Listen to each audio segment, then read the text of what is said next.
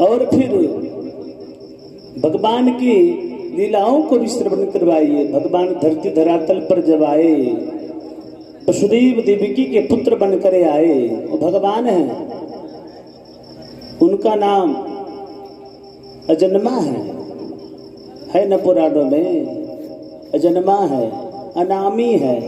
तो यह जन्मा है तो उसका जन्म कैसे हो गया महाराज?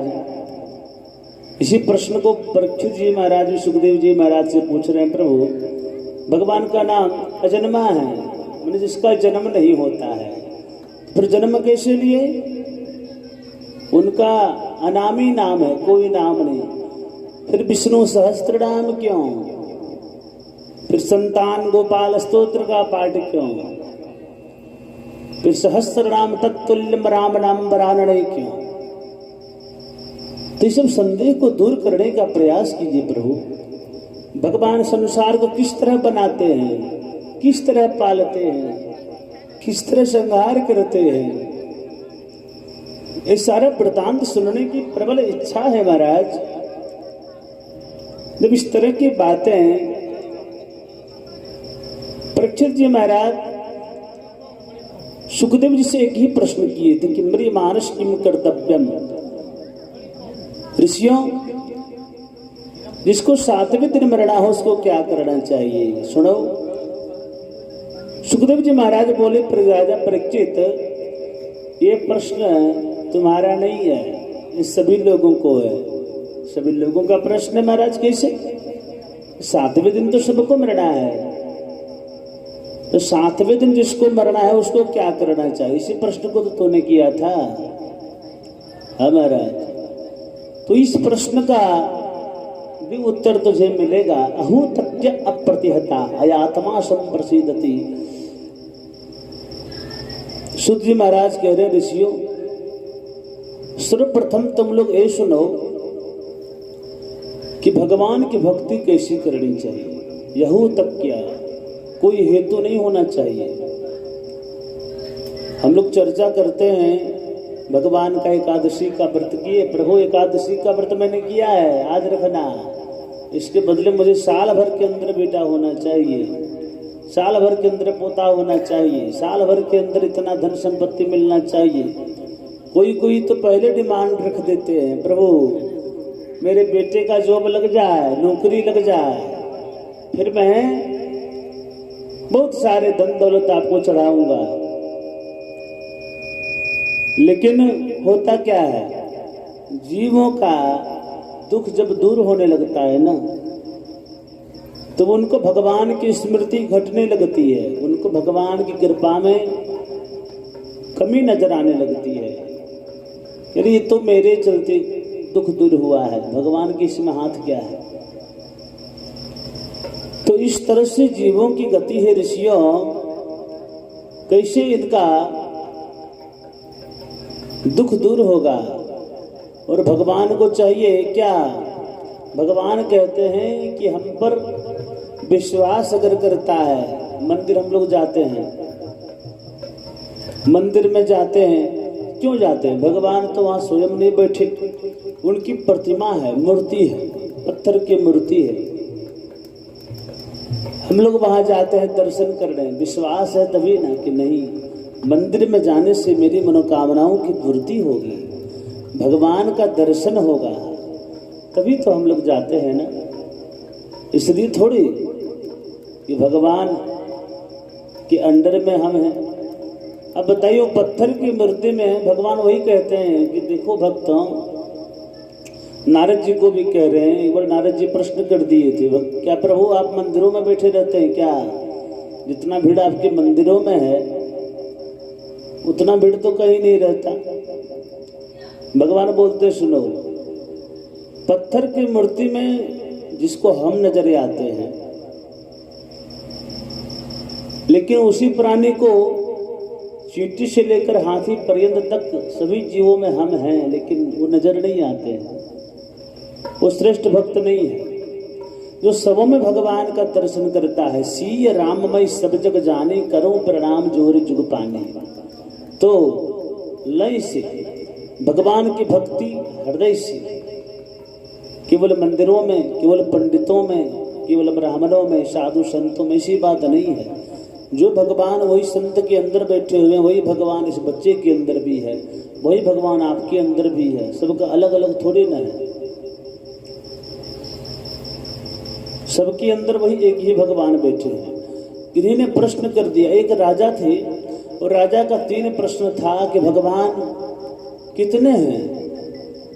कोई 33 करोड़ बोलता है, कोई बोलता है 24 अवतार लिए हैं, कोई बोलता है कि उसमें 2 मुख्य है, राम और कृष्ण।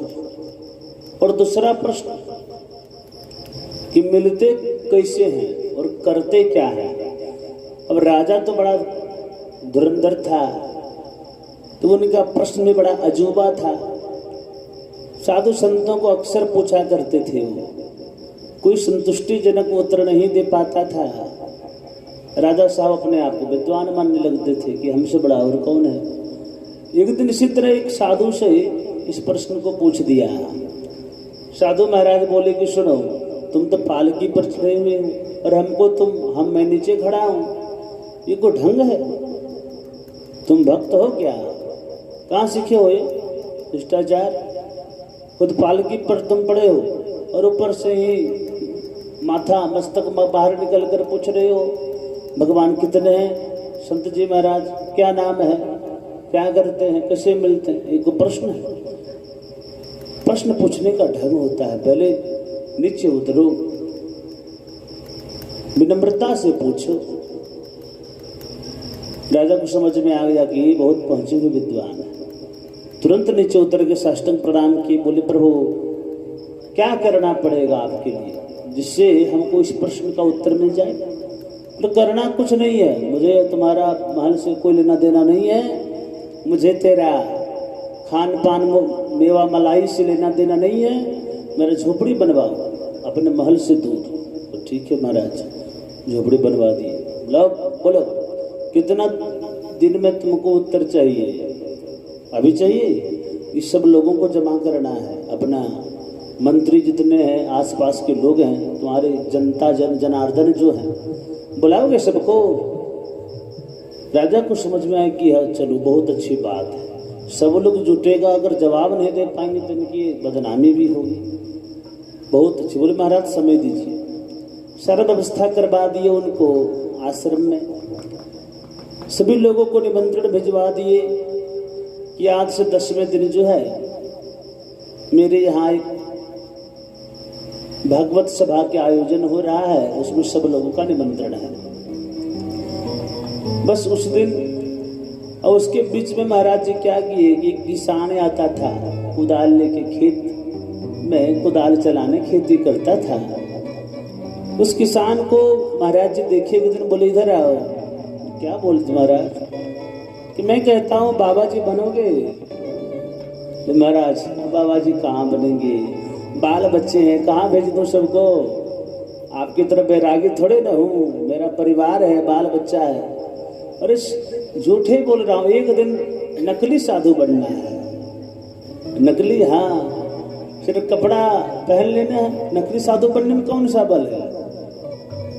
भगवा कपड़ा पहन लिए, माला 2-4 गो टांग लिए, बस हो गया, कमंडल हाथ में ले लिए। असली साधु बनने में बड़ा मुश्किल है।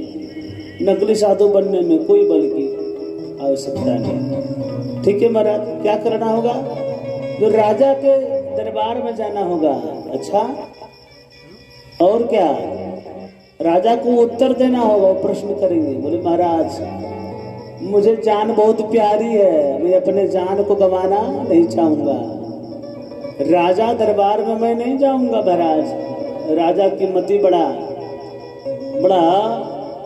प्रबल होती है, कब कह दे कि फांसी की सजा दे दे, मैं नहीं जाऊंगा। तो इस बात को जब बोले, किसान को लगा कि चलो अब जब आप कह रहे हैं तो कुछ उपाय करना होगा। बोले आप क्या कीजिएगा महाराज? किसान पूछा महाराज जी से। महाराज जी बोले मैं तो किसान बन जाऊंगा, तुम साधु बन जाओ। और राजा जब तुमको प्रश्न पूछे तो एक बात कहना कि इस प्रश्न का उत्तर तो मेरा एक किसान दे देगा, चेला। ठीक है महाराज? अब पहुंच गए, सारा कुछ समझा दिया था उसको। राजा साहब आए, धन्य है महाराज, धन्य है।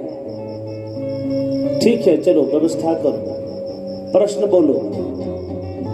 भगवान कितने हैं महाराज, समझ में नहीं आ रहा है। बोले इस प्रश्न का उत्तर तो मेरा ये चेला दे देगा, ये चेला दे देगा। इतना दिन इंतजार करवाए, इतना दिन हमको तपस्या करवाए, और आज बोल रहे कि चेला दे देगा।